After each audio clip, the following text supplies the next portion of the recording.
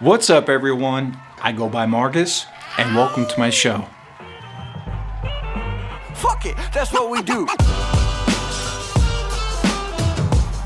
I'm going 40 in the 55. You in the fast lane, me, I'm trying to take my time. Watch this. Thank you so much for coming back and tuning in to what is officially episode 3 of The Margis Show. I'm your host with the most, leaving the haters ghost, Margis. It's official. I think that's a tagline. Look, I had a revelation this week, so without further ado, let me just get into this because I didn't like the revelation, but I had it.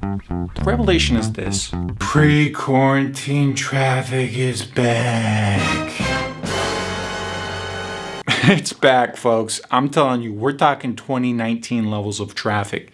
So long are the days of leisurely driving from LA to San Diego in a breezy, enjoyable hour and a half.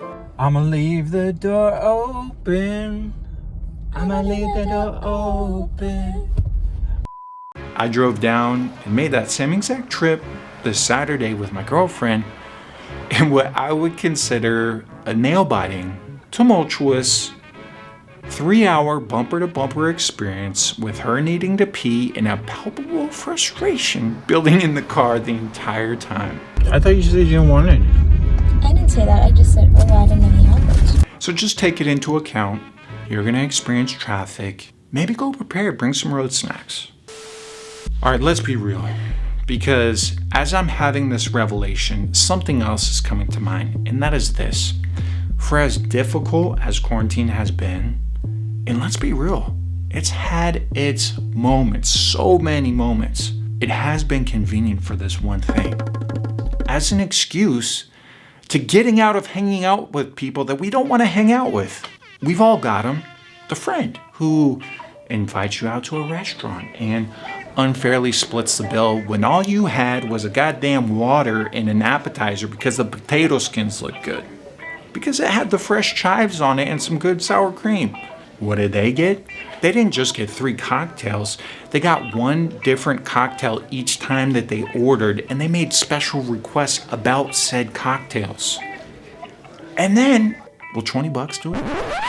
No, $20 will not do it. Well, what I've decided to do is make a list to refresh you on 3 new excuses that you can use to get out of hanging out with those people that you don't want to hang out with. Number 3, I wish I could, but I'm dog sitting for a friend this weekend. Now, it's very important right here that you say dog sitting. People like dogs, you know. If they ask, always go generic. You gotta go Spike, you gotta go Max. Say their name is Bella. If they ask the breed, you go Labrador, you go Chihuahua, you go Beagle. For God's sakes, do not say Weimaraner, do not say Tibetan Mastiff, and no award-winning Chinese crested dogs. You don't want to say you're pet sitting because it brings in too many variables. Is it a cat, an iguana? Is it a hamster? Is it a ferret? Do people even have ferrets anymore? What kind of attention do these pets need? Avoid variables, stick with dogs. Number 2. I said number 2, but I gave you my number 1 hand. Number 2, I'm just seeing this. My phone was dead. This one's as easy as cake. But don't be fooled, you'll trip yourself up on this one. This is an excuse that you can only use if you have no social media activity showing that your phone was clearly not dead. Number 1, I wish I could, but that time doesn't work for me. Can we reschedule? Now here's the thing, with this one, you want to reschedule. But you want to reschedule way into the future. I mean, pick a date where it's close enough to where they feel you still want to hang out with them, but make it far enough away that literally anything can pop up in the interim, which will presumably give you another out from hanging out with them, and you can yet again reschedule. It's a beautiful cycle. Comment below, let me know if you like these excuses.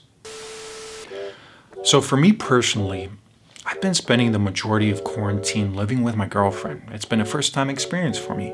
So as you can imagine, there's been no shortage of things that I've been learning living with my girl.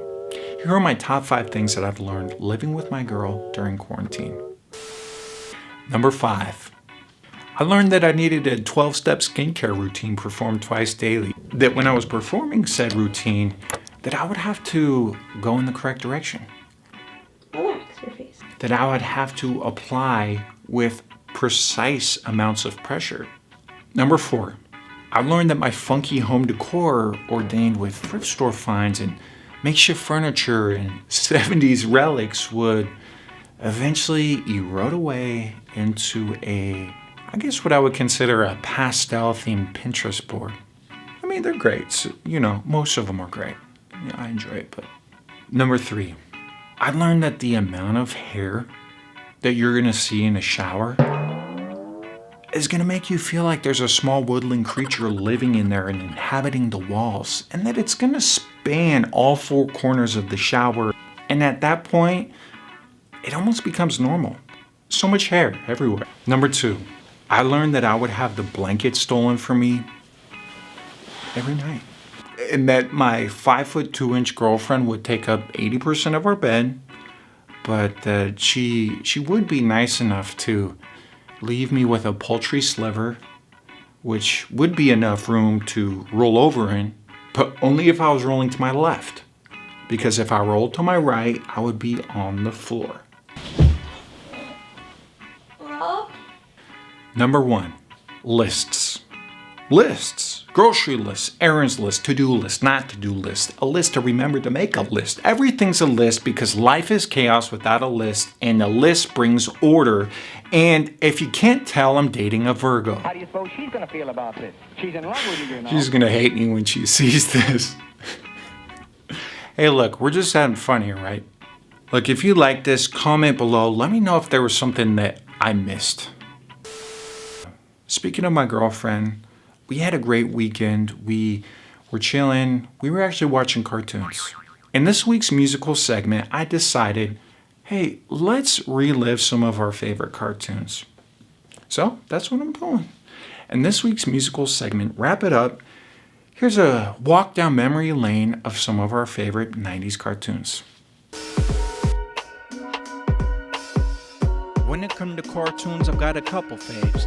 Here's a list for 90s kids from the younger days. Saturdays was recess, after that Doug. His dog Pork Chop was the one my sister loved. Me, I liked Arnold, he had the football head. A friend Gerald and the grandpa with the crooked head. I loved Rocco, Johnny Bravo and the Rugrats. Well, before I ever learned to rhyme to drum slaps, it was a duck pack of Huey, Dewey, Louie. Ed, and Eddie too, they were always kooky. Cat Dog was cool, but only for the theme song. Angry Beavers was another one I leaned on. Odd Parents, Fairly Odd Parents. Wave a wand and water suddenly could change appearance. Cow and Chicken, Thornberries, and a couple others. But for now, I think that about covers. You didn't say Dexter. All right, everyone, that wraps it up. That's my time for today. Thank you so much for tuning in to episode 3 of The Margis Show. I'm your host with the most, leaving the haters ghost, Margis. I think I just ruined my tagline on. I'm your host with the most, leaving the haters ghost. It's Margis. That one didn't feel right either. Fuck it, that's what we do. I'm your host with the most, and I'm leaving the haters ghost. Nah, it's too much. I'm doing too much with it now. You in the fast lane, me, I'm trying to take my time.